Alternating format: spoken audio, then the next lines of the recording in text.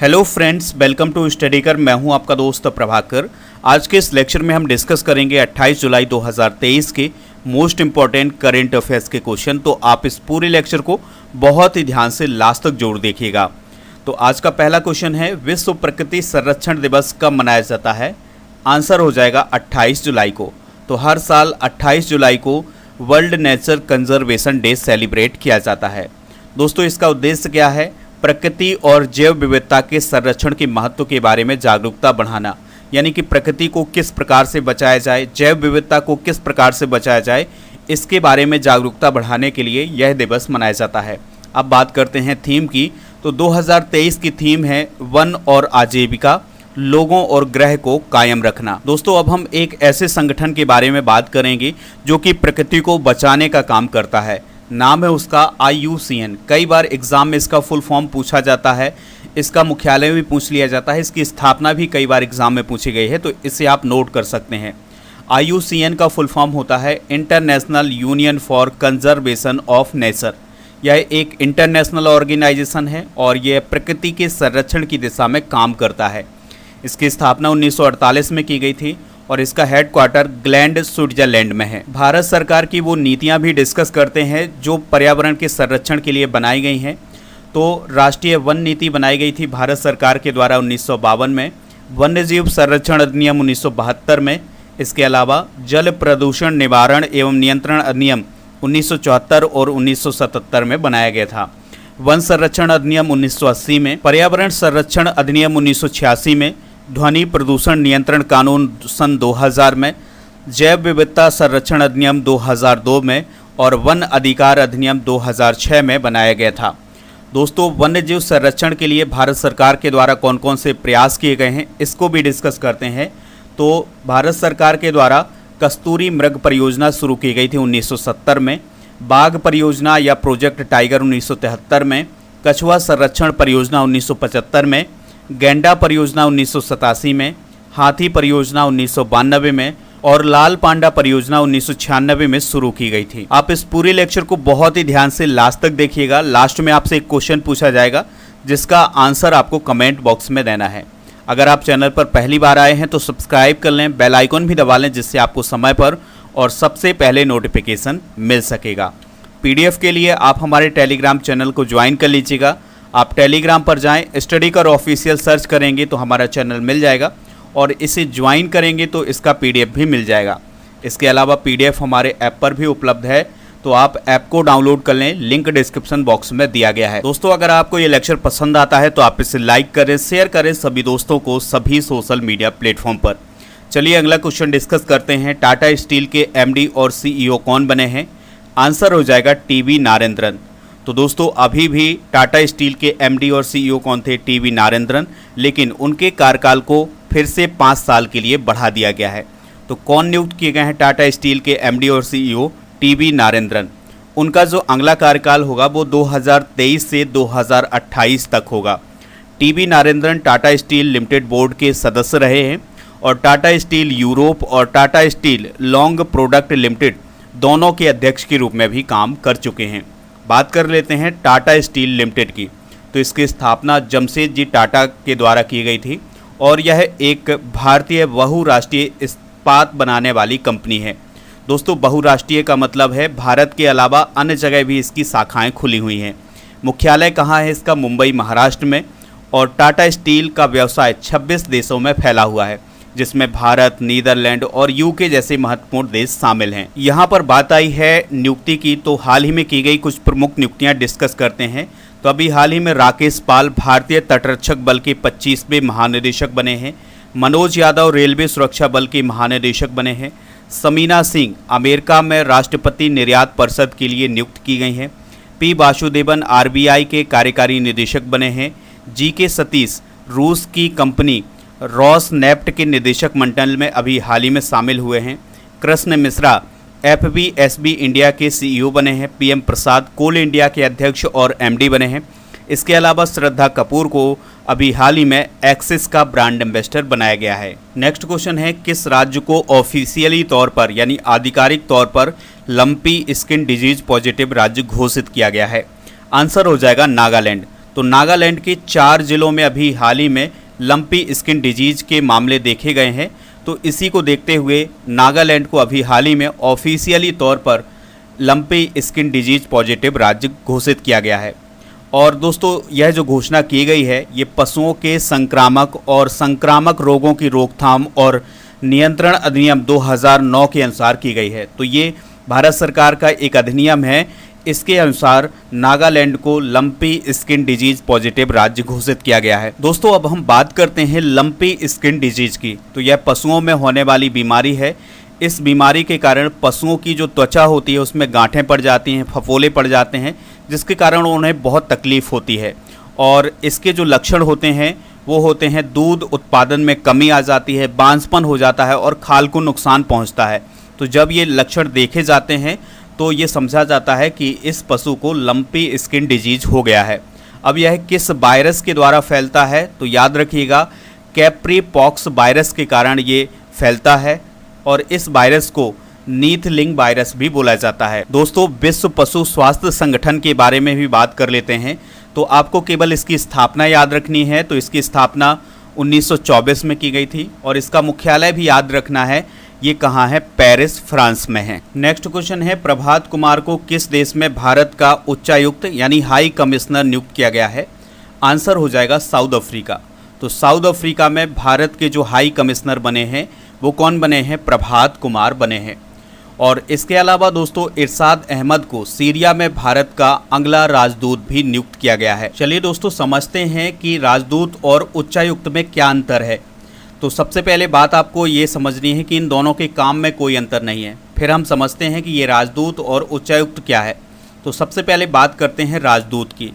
तो जो देश कॉमनवेल्थ देशों का हिस्सा नहीं है उन देशों में भारत के प्रतिनिधि को राजदूत बोला जाता है। और इसके अलावा जो हाई कमिश्नर की परिभाषा है वो है कॉमनवेल्थ देशों में नियुक्त भारत के प्रतिनिधि को हाई कमिश्नर या उच्चायुक्त बोला जाता है। अब यहाँ पर बात आ रही है कॉमनवेल्थ देशों की। तो ये कॉमनवेल्थ देश क्या कहलाते हैं, कौन है ये कॉमनवेल्थ देश। तो दोस्तों वो देश जो कभी ब्रिटिश सत्ता के अधीन रहे हैं यानी कि ब्रिटिश साम्राज्य के अधीन रहे हैं, उन देशों का जो समूह है उनको कॉमनवेल्थ बोला जाता है। तो वर्तमान में 56 कॉमनवेल्थ देश हैं। तो इनमें भारत के जो प्रतिनिधि नियुक्त किए जाएंगे वो कहलाएंगे हाई कमिश्नर। और इसके अलावा जो देश बचेंगे उनमें जो भारत के प्रतिनिधि नियुक्त किए जाएंगे वो कहलाएंगे राजदूत। जैसे चाइना, जापान और अमेरिका ये कॉमनवेल्थ देशों में शामिल नहीं है। तो इनमें जो भारत का प्रतिनिधि नियुक्त किया जाएगा वो कहलाएगा राजदूत। इसके अलावा Pakistan, Sri Lanka, Bangladesh, Australia, New Zealand, UK, south Africa, इनमें जो भारत के प्रतिनिधि नियुक्त किए जाएंगे वो कहलाएगी हाई कमिश्नर। यहाँ पर बात आई थी साउथ अफ्रीका की। तो यह अफ्रीका कॉन्टिनेंट में है। इसकी 3 राजधानियाँ हैं, प्रीटोरिया, केप टाउन और ब्लॉमफॉन्टेन। राष्ट्रपति हैं सिरिल रामाफोसा और यहाँ की जो करेंसी है वो है दक्षिण अफ्रीकी रैंड। दोस्तों सीरिया की भी बात आई है। तो यह एशिया महाद्वीप में है, दमिश्क इसकी कैपिटल है, राष्ट्रपति है बशर अल असद और यहाँ की जो करेंसी है वो है सीरियाई पाउंड। अगला क्वेश्चन है सुरेंद्र सिंधा का निधन हो गया है, वह कौन थे। आंसर हो जाएगा पंजाबी सिंगर। तो दोस्तों पंजाबी सिंगर सुरेंद्र सिंधा का अभी हाल ही में निधन हो गया है। सुरेंद्र सिंधा की बात करें तो 2013 में एक प्रसिद्ध भांगड़ा कलाकार के रूप में उनके योगदान के लिए उन्हें ब्रिट एशिया म्यूजिक द्वारा लाइफ टाइम अचीवमेंट अवार्ड से सम्मानित किया गया था। 2023 में हुए कुछ प्रमुख निधन भी डिस्कस करते हैं। तो मशहूर सिंगर टीना टर्नर का निधन हुआ है। अभिनेता शरद बाबू का, हिंदुजा ग्रुप के अध्यक्ष एसपी हिंदुजा का निधन हुआ है। ऑल इंडिया फुटबॉल फेडरेशन के पूर्व उपाध्यक्ष AR खलील का निधन हुआ है। मैक्सिको के महान फुटबॉलर एंटोनियो करवाजल का निधन हुआ है। ओलंपिक पदक विजेता अमेरिकी धावक टोरी बॉबी का निधन हुआ है। प्रसिद्ध इतिहासकार रणजीत गुहा का निधन हुआ है। इसके अलावा महात्मा गांधी के पोते अरुण गांधी का भी अभी हाल ही में निधन हुआ है। नेक्स्ट क्वेश्चन है हुन सेन किस देश के प्रधानमंत्री थे जिन्होंने अपने पद से इस्तीफा दे दिया है। आंसर हो जाएगा दोस्तों कंबोडिया। तो कंबोडिया के प्रधानमंत्री थे हुन सेन। तो उन्होंने अभी हाल ही में अपने पद से इस्तीफा दे दिया है और एक और महत्वपूर्ण घोषणा की है कि उनके सबसे बड़े बेटे जो हैं हुन मानेट वो उनके उत्तराधिकारी होंगे। अगर हम हुन सेन की बात करें तो वो कंबोडिया में 1985 से सत्ता में है और अब जाकर के उन्होंने इस्तीफ़ा दिया है। जब उनकी बहुत सारी आलोचना हुई, इसके बाद उन्हें इस्तीफ़ा देना पड़ा है। और अभी हाल ही में कंबोडिया में इलेक्शन भी हुए हैं और जो हुन सेन की जो पार्टी है जिसका नाम है कंबोडियन पीपल्स पार्टी, तो उसने 125 सीटों में से 120 सीटें हासिल की हैं, यानी विपक्ष का सुपड़ा साफ कर दिया है। दोस्तों, हुन मानेट की बात करें तो वह फिलहाल कंबोडियाई सेना के चीफ हैं। कंबोडिया से रिलेटेड कुछ इंपॉर्टेंट पॉइंट भी डिस्कस करते हैं। तो दोस्तों, कंबोडिया भी एशिया महाद्वीप में ही स्थित है और इसे पहले कंपूचिया के नाम से जाना जाता था और दक्षिण पूर्व एशिया में यह स्थित है। नोरोडोम सिहामोनी कंबोडिया के वर्तमान में राजा हैं और राजधानी क्या है इसकी, नोम पेन, और यहाँ की करेंसी को रील बोला जाता है। और कंबोडिया के जो पड़ोसी देश हैं वो है थाईलैंड, लाओस और वियतनाम। यहाँ पर अगर हम वर्ल्ड मैप में देखें तो ये है हमारा प्यारा भारत और इसके पूर्व में अगर हम जाएंगे तो दोस्तों आपको कंबोडिया देखने को मिल जाएगा। ठीक है, तो इसकी लोकेशन भी आप देख सकते हैं। अगला क्वेश्चन है, आदित्य संपत भारत के किस क्रम के ग्रैंड मास्टर बने हैं? आंसर हो जाएगा 83 नंबर के। तो दोस्तों, आदित्य संपत महाराष्ट्र से रिलेटेड हैं, तो वो अब 83 नंबर के भारत के ग्रैंड मास्टर बन गए हैं। और यहाँ पर बात आई है शतरंज की, तो दोस्तों शतरंज में ही ग्रैंड मास्टर बनते हैं। तो भारत के पहले ग्रैंड मास्टर कौन थे? विश्वनाथन आनंद। और शतरंज को कंट्रोल करने वाली संस्था कौन है? तो वो है इंटरनेशनल चेस फेडरेशन, जिसे हम फिडे बोलते हैं। तो इसकी स्थापना 20 जुलाई 1924 को हुई थी। मुख्यालय इसका लुसाने स्विट्जरलैंड में है और इसके 200 सदस्य हैं। अध्यक्ष हैं आर्कडी ड्यूकोर्बिच और उपाध्यक्ष हैं भारत के विश्वनाथन आनंद। अगला क्वेश्चन है, किस देश के विदेश मंत्री हयाशी ओशीमासा भारत की यात्रा पर आए हैं? आंसर हो जाएगा जापान। तो जापान के जो विदेश मंत्री हैं हयाशी ओशीमासा, तो भारत की 2 दिन की यात्रा पर आए हैं और वो विदेश मंत्री एस जयशंकर जी से भी मुलाकात करने वाले हैं। द्विपक्षीय वार्ता करेंगे और नई दिल्ली में जो भारत जापान फोरम है उसमें वो हिस्सा लेने वाले हैं। बात आई है जापान की, तो जापान से रिलेटेड कुछ इंपॉर्टेंट करेंट अफेयर्स डिस्कस करते हैं। जापान के वर्तमान में प्रधानमंत्री कौन है? फुमियो किशिदा हैं। सेमीकंडक्टर को लेकर के अभी हाल ही में भारत और जापान के बीच समझौता हुआ है। भारत और जापान के बीच में जिमेक्स अभ्यास हुआ है विशाखापत्तनम में। G7 शिखर सम्मेलन 2023 का आयोजन जापान में किया गया है। जापान की टेबल टेनिस स्टार हैं कसुमी इशिकावा, तो उन्होंने अभी हाल ही में संन्यास की घोषणा की है। जापान के स्वास्थ्य मंत्रालय के एक पैनल ने अभी हाल ही में जापान की पहली गर्भपात गोली को मंजूरी दी है। तो ये इंपॉर्टेंट पॉइंट हैं जापान से रिलेटेड। अगला प्रश्न है, CRPF का 85वां स्थापना दिवस कब मनाया गया है?